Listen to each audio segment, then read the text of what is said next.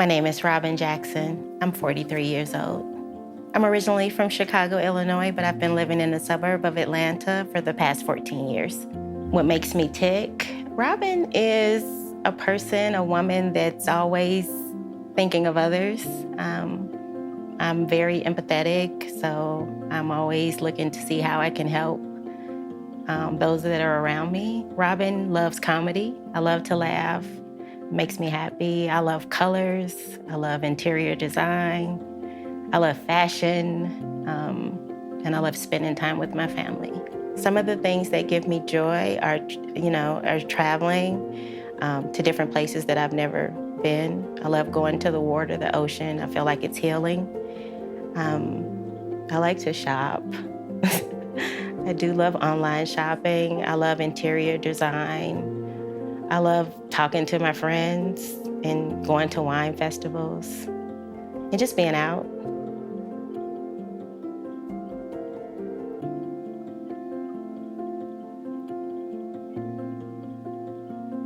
I was diagnosed a couple of years ago with stage 2A breast cancer. What happened was I found a lump in my right breast and I went to see my gynecologist and she referred me to have a mammogram done. And once I had the mammogram done, they advised me to get a biopsy because they noticed the lump as well. And so got the biopsy and it came back that it was a stage 2 mucinous carcinoma. At the time I had surgery. I had to remove the lump. Basically, I did a total mastectomy and hormone therapy because there wasn't any involvement with my lymph nodes. So just hormone treatment. And then I discovered that it had metastasized. I was in a car accident. In a drive-through, pickup truck backed into me, and I ended up going to see a doctor, orthopedic doctor, and I complained about hip pain, and they were like, it should be neck or back. You know, you keep talking about your hip, and I'm like, because it's pain, I have radiating pain. And they sent me to do a CAT scan and an MRI, and they were like, I think you need to go see your oncologist. And so that's how I found out. I was diagnosed with MBC 8 months ago. My initial reaction was just devastation, really. I didn't think that I would ever encounter breast cancer again. So to be told that I was, had metastatic breast cancer, it devastated me. I felt like my world just ended. I felt really alone and hopeless. I felt hopeless.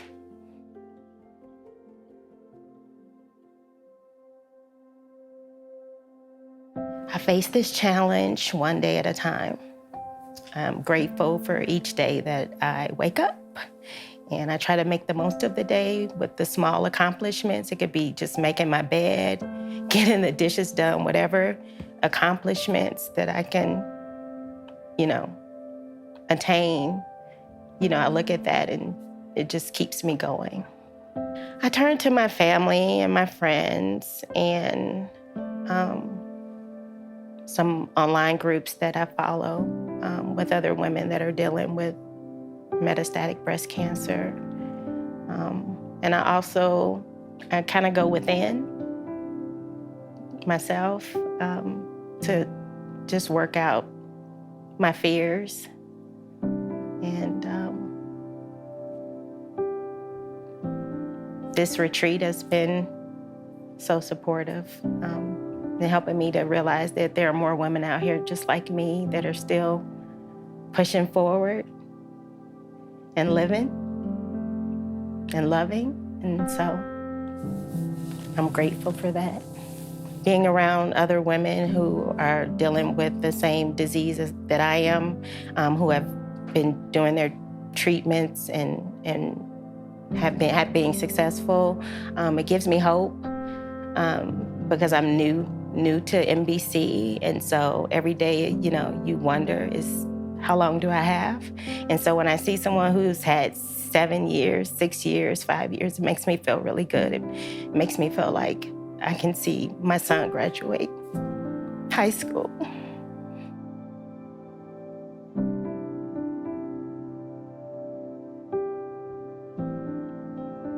My son's name is Jacob, and he's a freshman in high school. And one of the things that I love about him is his kindness, his heart. He's a gentle person. He's very talented, plays the piano and percussion, and he's just very focused on his goals. We pretty much do everything together. He is an only child, so we travel together. We go to the mall together.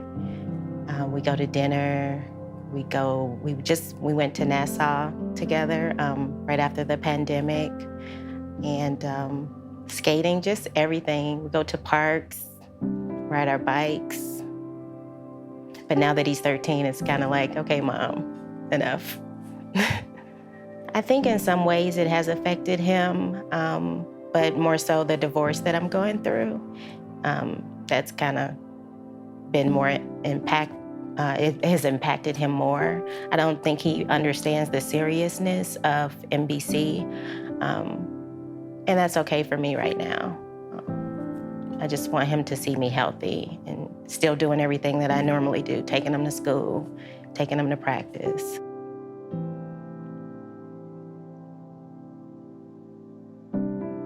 Living with MBC as a single person is difficult, and I think more attention needs to go just to the topic of dating after just having breast cancer, dating after having reconstruction, the body image issues that one has, or how do you tell, someone that you're interested in that you're living with a chronic disease?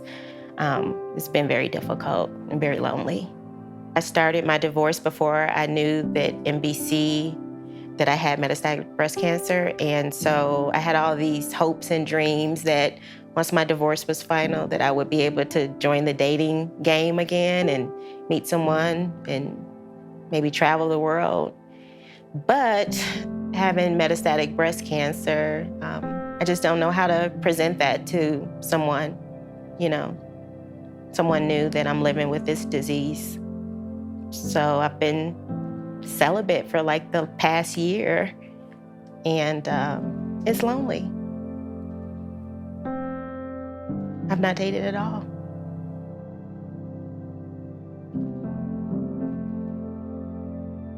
The most difficult things are sometimes the pain that, you don't see, the bone mets, just from day to day, depending on how much energy or how much exertion that you've done for the day. So you're constantly monitoring your body. It's just like you're always in your thoughts, like, okay, let me not exert myself too much because I don't want to have hip pain tomorrow, or let me cut this walk short because I don't want to have hip pain tomorrow. So it can be limiting. It's almost like living in two worlds, There's this inner world of turmoil and constant monitoring your body, and then there's what you present to the world, and you just keep going.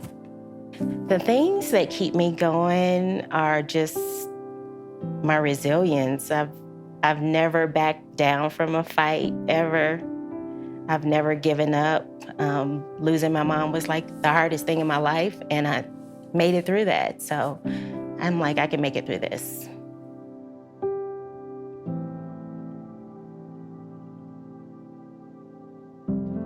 It's important for me to share my story so that everyone else knows that, that we're here, we've been here, we're continuing to fight, to live, and to be acknowledged and to be accepted. And we need more research because we want a cure. We want to be able to live 20 years with this disease. I'm okay with living with this disease. I'm okay with the treatments. I'm okay with all of that, but I just want more time. I want to be a part of bringing more awareness to raise monies and funds for more research, because this disease has been here for a long time. And I just feel like if we designate more funding we can find a cure or something to extend our lives.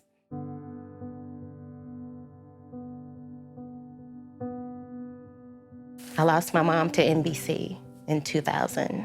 I did genetic testing and they didn't find a biomarker, but I do believe there's some genetic history there. Both of our breast cancer started in the right breast. She found out and only had 3 months to live, so we didn't get a lot of information, but I do believe that there's a genetic link.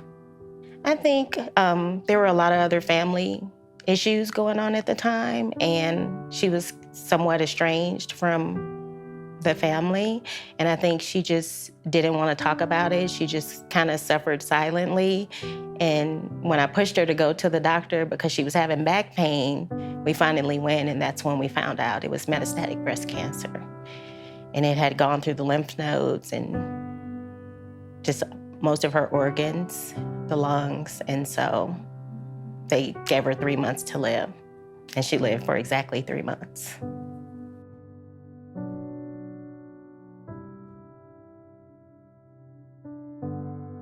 I think it's important to share it, to bring awareness and to highlight that there are more of us dealing with this disease than people know. In some ways, I feel like I think cancer shaming kind of exists and we don't really talk about it. It's like, what did you eat? You know, you could have had a better diet. Did you exercise enough? Did you gain too much weight? And I just think like, no, it's my genetics. My mom had it, and I tried to do everything to avoid having it, and it still happened. So I have not experienced pushback. More so, just there's a lack of awareness about metastatic breast cancer. It's kind of like the taboo. Let's not talk about it. You look great from the outside, you know. Let's just deal with it privately.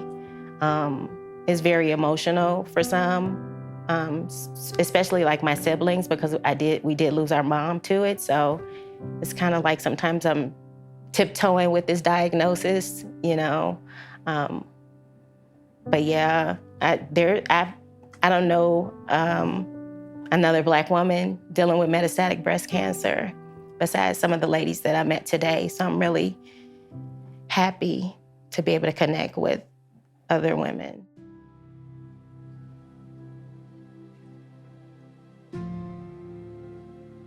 The photo shoot was everything. I felt beautiful. I felt seen. I felt loved. And I'm very grateful for the opportunity to be a part of this NBC retreat. It's changed my life. It feels therapeutic to be in this house with other patients that are going through what I'm going through. I feel like I have a new tribe that I can identify with. So it makes me feel accepted and acknowledged and seen completely. Not just the outside, but on the inside too. I love being here. I love fellowshipping with the women, the ladies, sharing my story and just being a shoulder, just encouraging. I love to encourage people. And I'm happy to be here.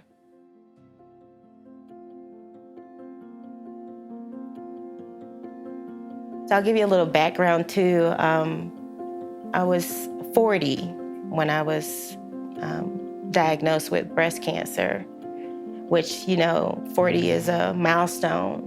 And so I'm like, I'm finally 40, I'm gonna do X, Y, and Z. And it's like the rug just was pulled from under my feet. And then I think it's all behind me. And I make this decision to end my marriage after 13 years. And I'm like, I'm gonna start this new life. I'm gonna do all the things I wanna do, all the things I've been putting off. Raising my son, he's older now. And then NBC comes again. Or, the breast cancer recurs. And it's just like the rug has just been pulled from under my feet again. And I'm just like, keep getting my footing, get back up. Keep going, keep striving towards your goals. So one of my goals was to buy a house. I bought my first home. One of my goals was to travel to the Bahamas. I've never gone to the Bahamas, so I bought tickets and I went to the Bahamas. So I'm just doing the things that I want to do, that I've always wanted to do. I'm making time to do that for myself. I don't know if it's from my childhood or not, but it's 7 of us. I'm the middle child, 5 boys, 2 girls. And I helped raise my 2 younger siblings. So I was kind of parentified at a young age. So I've always kind of been concerned about taking care of people and making sure they're okay. And so I went to school for psychology, and I ended up working with special needs children. And then I went and worked with foster children. So I've always just kind of been that person that wanted to help the underdog or, defend those that needed protection. And I do feel things. I feel energies, I feel pain. And I know that about myself. So I've always been strong for other people, and now I'm really learning how to be strong for myself. Fearless means living in my truth and helping others to see my truth and never giving up, even when I want to give up. I want the world to know that I loved hard. I came here to, support my community, support my family, and just to spread love and acceptance. And I want to be remembered for just being that reliable person in everybody's life. Just being supportive and loving people and helping others. That's what I've been doing my whole life.